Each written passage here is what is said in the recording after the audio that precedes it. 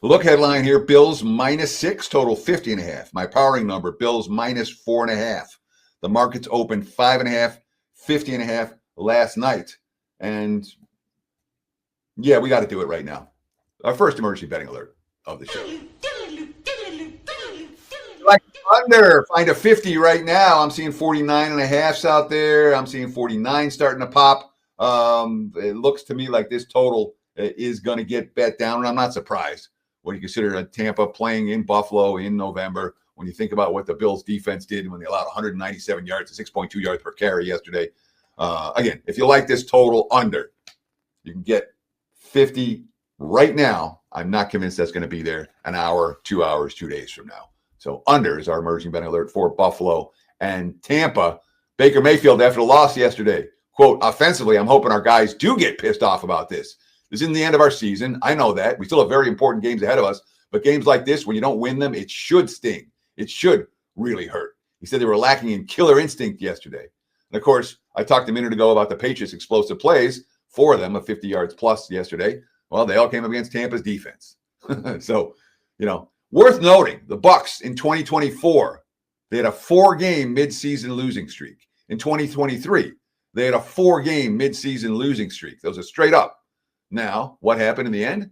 They won the division in both of those years. 1.5 game lead over Carolina right now after yesterday's loss. Worth noting they played the Panthers week 16 and week 18. So for all the urgency for the Bucs, I don't know there is that much urgency for the Bucs necessarily. As for Buffalo, we talked about that was a true no-show game. They didn't score a point till the fourth quarter. Huge letdown off that Kansas City win against a team that they've owned. They won the previous 7 meetings against Miami. They just beat their arch rival, or their playoff rival in Kansas City, and they came out and played. They laid an egg. Josh Allen after the game, quote, they wanted it, obviously, a little bit more than us. I've got to be better. We got to be better in the protection game, in the pass game, blah, blah, blah. Anytime you turn it all over 3 times, it's a recipe for disaster. But to hear that, the starting quarterback say, yeah, they wanted it more than us. You don't hear that quote every week. The last time the Bills lost, they lost at the Pats at home on Monday and Sunday Night Football. They lost again the next week at Atlanta. We'll see if they can to prevent 1 loss from turning into 2 here. Tampa's going to be every bit as hungry as they are. Guys, if you like this type of content, please give us a like. That's really all we ask for. Comment below. Both Kelly and I get in the comments throughout the course of the week. We'll answer as many as we can. And, of course, if you haven't done so already, subscribe to the WagerTalk YouTube channel. We're approaching 250,000 subscribers now. And the reason we got all these subscribers, we put out kick-ass content every single day. Get instant alerts every time these videos go live. Check it out. Again, subscribe to WagerTalk TV on YouTube. Houston, look headline, -7.5 total. There was 37.5 and 38.5 out there for the total for the Texans and the Titans. My parity number came 8. The markets opened 7, 7.5, 38 last night, which is right between the 37.5 and 38.5. We are seeing over money coming in on this one. Fairly significant over money. Enough over money right now to say, Dan, let's light up another emergency betting alert. If you like over, bet it right now. Okay, Houston, Tennessee, you can still find 38.5 out there. There are 39s out there. Looks like it's going to 40 plus. Texans flew over the total yesterday. The Titans have cost 4 straight losses since their only win of the season in that miracle game against Arizona and coming off a bye. Again, they were 27-20. They lost to the Chargers for the bye. They had 10 first downs, 206 yards of total offense. They had a pick 6 and a punt return touchdown and still lost by a TD. But the markets expect Tennessee, rookie QB, extra time to repair. They expect this offense to be a little bit better with that extra week off. You tend to see that learning curve for the rookie QBs. In general, you like them off a bye. As for the Texans, they trailed 29-10 in the fourth quarter. But Nico Collins, he made Davis Mills look real good yesterday. Houston finished 4 of 5 in the red zone, 10 of 15 on third downs. Yards per play edge, 6.0 to 3.9. Outgained by more than 2 yards per play. Will Anderson, keep showing up, keep fighting, never quit.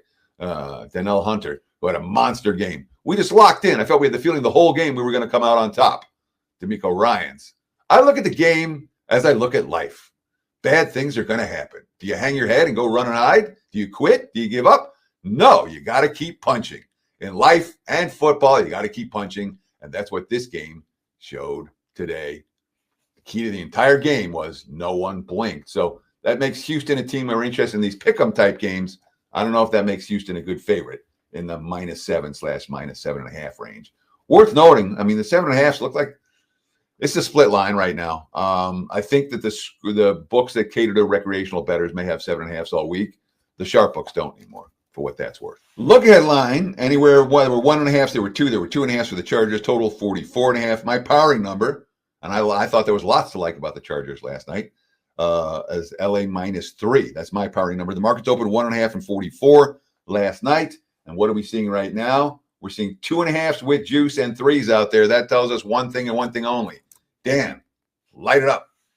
If you want the Chargers, I'm right to frick now. This line's going to 3. It's already there at many books. And if you haven't, if you don't get it, again, it's not like I know it's going to hold there, but it's sure going there.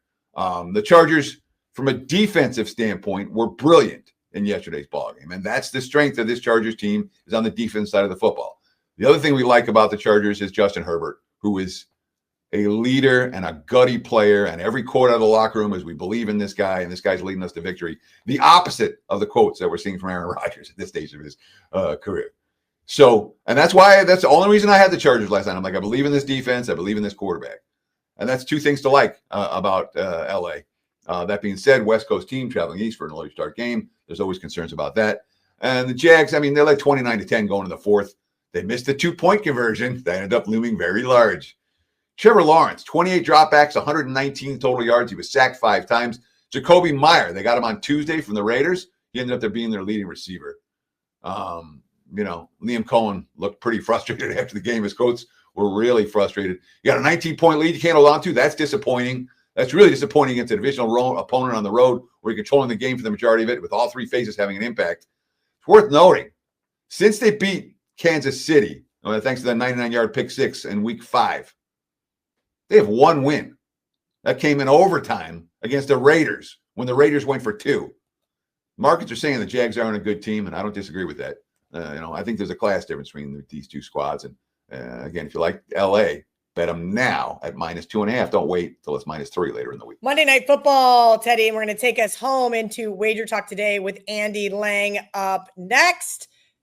The Raiders, just that team I can continue not to want to back here. Your thoughts on Monday Night Football?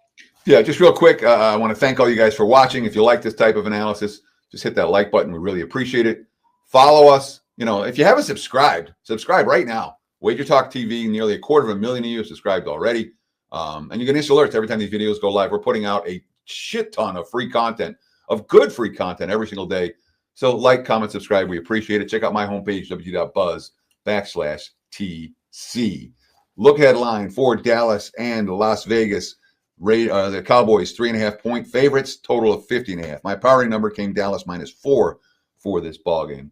Markets opened 3/3.5 last night, and I'm not seeing any 3s out there now. I'm certainly not seeing many 3s out there right now. Mostly 3.5s this morning. Total sitting at 50/50.5. I would not be surprised to see some under money come in, but I haven't seen any signs of it yet. So I'm not going to emergency betting alert this. But I mean, the Cowboys, when you pick up Quinnen Williams, that makes a difference on your defense. It should.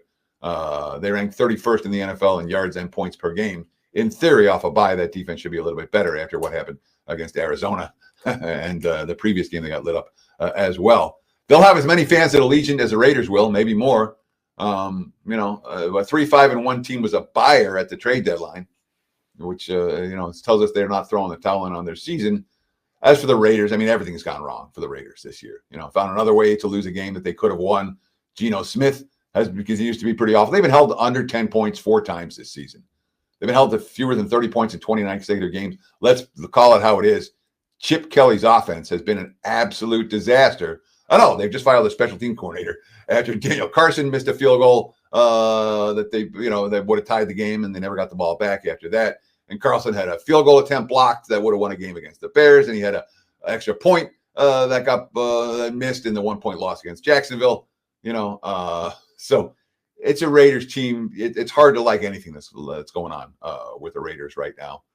I'm surprised a little bit that the markets haven't crashed on them more, but it's not like the markets are excited about the 3-5-1 Cowboys right here coming off their own national TV debacle. That being said, Raiders ain't taking money. Cowboys the only team that has a chance to take money. If you like Dallas, again, you can find a -3 right now. I'm not convinced that'll be available for much longer. There's not enough of them out there for me to say, run, hurry, because there's one or two books that have the -3s.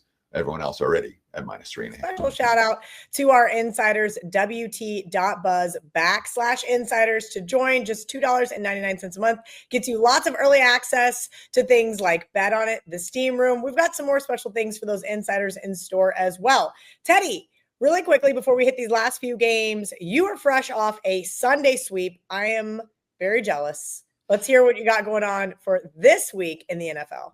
Yeah, it's been since week 4 since I had a Sunday sweep, so I was ready for it. I was due, and we got the fourth quarters worked out very nicely in yesterday's contest. I'm in play for Monday Night Football tonight. Don't buy it; you can get it for free. Just look at the video on my homepage, wt.buzz/TC. I do have a single NBA best bet available for tonight. Number 1 at WagerTalk in NBA profits since 2022, up more than 220 units during that span. I may add an additional NBA play after the show is over, but I wanted to lock in for the 1 in early start action. So again, check out the homepage, wt.buzz/TC. And thank you so much for taking time out of your day to hang out with Kelly and I right here on Monday morning. We appreciate it.